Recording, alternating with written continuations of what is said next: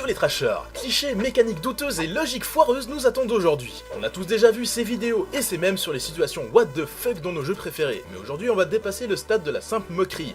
Décortiquons ensemble les plus grosses incohérences dans l'univers du jeu vidéo. On commence avec une convention très célèbre, la nourriture dans les jeux vidéo, c'est bien. Vous venez de vous faire découper, mangez donc une pomme. Vous avez besoin d'une assurance vie, il y a un champignon pour ça. Les jeux de plateforme font souvent recours à différentes sortes de fruits, de légumes, etc. car ils sont facilement reconnaissables et dans le feu de l'action, il est vital que le joueur différencie direct ce qui est bon pour lui et ce qui ne l'est pas. Les RPG aussi sont bien portés sur la nourriture, nous encourageant à en amasser des quantités ridicules pour soigner nos petits bobos quotidiens. Ce qui amène à des situations totalement random comme le fait de pouvoir récupérer de la vie en buvant, après être passé à 2 doigts de la noyade. En neuf, une mécanique que vous connaissez tous, la régénération automatique des points de vie. Le petit Kevin a vidé son chargeur sur vous, 5 balles vous déchirent les entrailles, ça pisse, le sang, votre vue se voile, bref, vous êtes dans la merde. Ah mais non en fait, on est dans un FPS moderne, et hop, voilà tout frais tout rose pour aller vous refaire charcuter. Bon, je vous l'accorde, certains shooters comme Mass Effect donnent des explications assez précises sur la raison de leur régénération automatique. Mais c'est juste pour la forme, hein, se remettre en quelques secondes de côtes brisées et de poumons percés, désolé, mais non, pas possible. Et après les avoir un peu trollés, on notera que les FPS ne sont pas les seuls jeux à proposer de la régénération automatique. Coucou les MOBA, coucou les RPG. La régène auto est un des symboles de la casualisation relative des jeux vidéo ces dernières années, et qu'on le veuille ou non, cette incohérence va nous suivre encore longtemps. Moins un boss a de PV, plus il est puissant.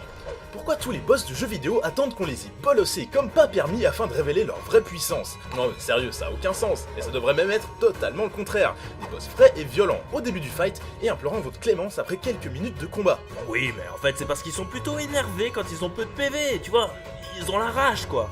Non, je suis désolé, mais après s'être pris des coups de ce genre, énervé ou pas, t'es plus en état de te battre mon pote. Ouais, c'est vrai, n'empêche que les héros aussi, ils ont une relation assez chelou avec leur barre de vie. Tu sais quoi, tu fais bien d'en parler, c'est carrément le numéro 7 de ce classement. Un héros de jeu vidéo, il est au taquet, tout le temps. Alors oui, certains jeux vous donnent des malus plus votre vie est faible, obscurcissement de l'écran, dégâts diminués, voire même bruit insupportable.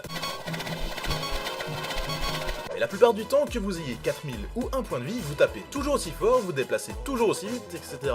Si on prend la barre de vie comme la représentation de la santé générale d'un personnage, on se rend compte à quel point certaines situations sont absurdes. Genre, qui peut faire ça avec seulement 5% de sa santé totale? Et ça existe partout cette incohérence, tiens, au hasard, Pokémon. Une créature à 1% de points de vie peut en tuer 6 autres full life ayant le même niveau.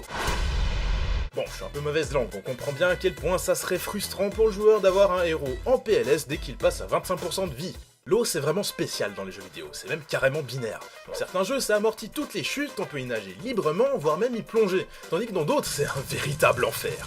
D'ailleurs faut savoir que faire un let's play c'est du boulot quoi, s'il vous plaît quoi, c'est au moins 45 minutes d'editing, je dois intégrer l'intro, la putain de merde. C'est fou le nombre de jeux dans lequel l'eau vous fait mal, voire vous tue direct. Je veux bien qu'un héros sache pas nager ou que son armure le fasse couler, mais tremper un orteil dans la flotte n'a jamais tué personne. Et je ne parle même pas de liquide empoisonné, même l'eau la plus pure peut être une putain de zone de danger. Genre là, d'après vous, il se passe quoi si on avance ?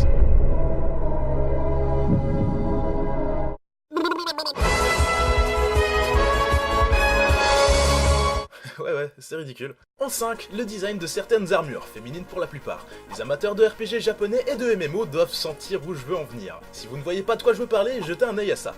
Oui, l'armure de droite est bien la plus résistante. Je vous apprends rien, c'est un grand classique du jeu vidéo, et les joueurs ne ratent pas une occasion pour en rigoler.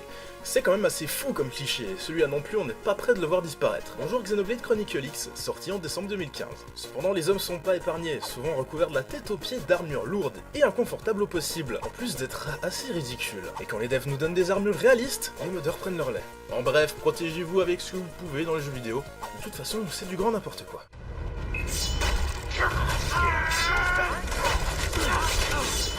C'est bien connu, le cut c'est l'arme la plus puissante dans les FPS. Un coup et c'est la mort. Avec les armes à feu, les dégâts sont plus ou moins élevés suivant la partie du corps que l'on touche, pas avec les couteaux. Que vous coupiez son petit orteil ou que vous égorgiez votre adversaire, le résultat est exactement le même.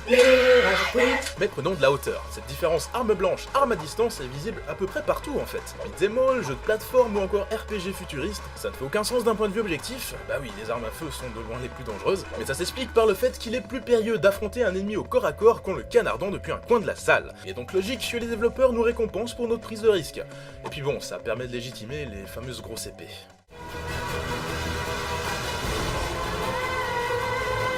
On On rentre dans le top 3 avec un beau morceau, les murs invisibles, qui doivent d'ailleurs être un des trucs les plus frustrants dans les jeux vidéo, car ils limitent arbitrairement notre progression. Les formes que prennent les murs invisibles sont diverses et variées, arènes, étendues aquatiques, compte à rebours avant mise à mort, voire même simple petit message tout nul. La seule raison d'être de ces murs, c'est vous empêcher de vous balader en dehors des limites imposées. Soyons honnêtes, on adore aller voir jusqu'au fin fond de notre aire de jeu. On notera que ces murs peuvent aussi nous venir en aide en nous empêchant de tomber de falaise dans certains jeux. Mais ça n'enlève en rien leur côté totalement illogique.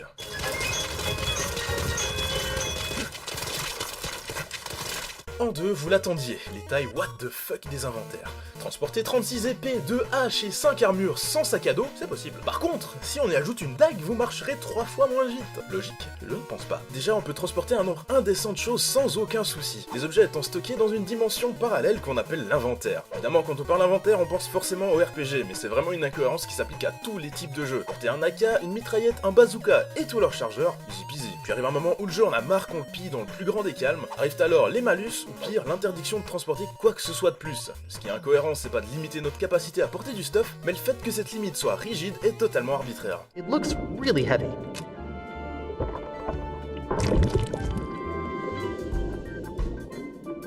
En première position, l'exemple parfait de la mécanique que plus personne ne remet en cause, le double saut.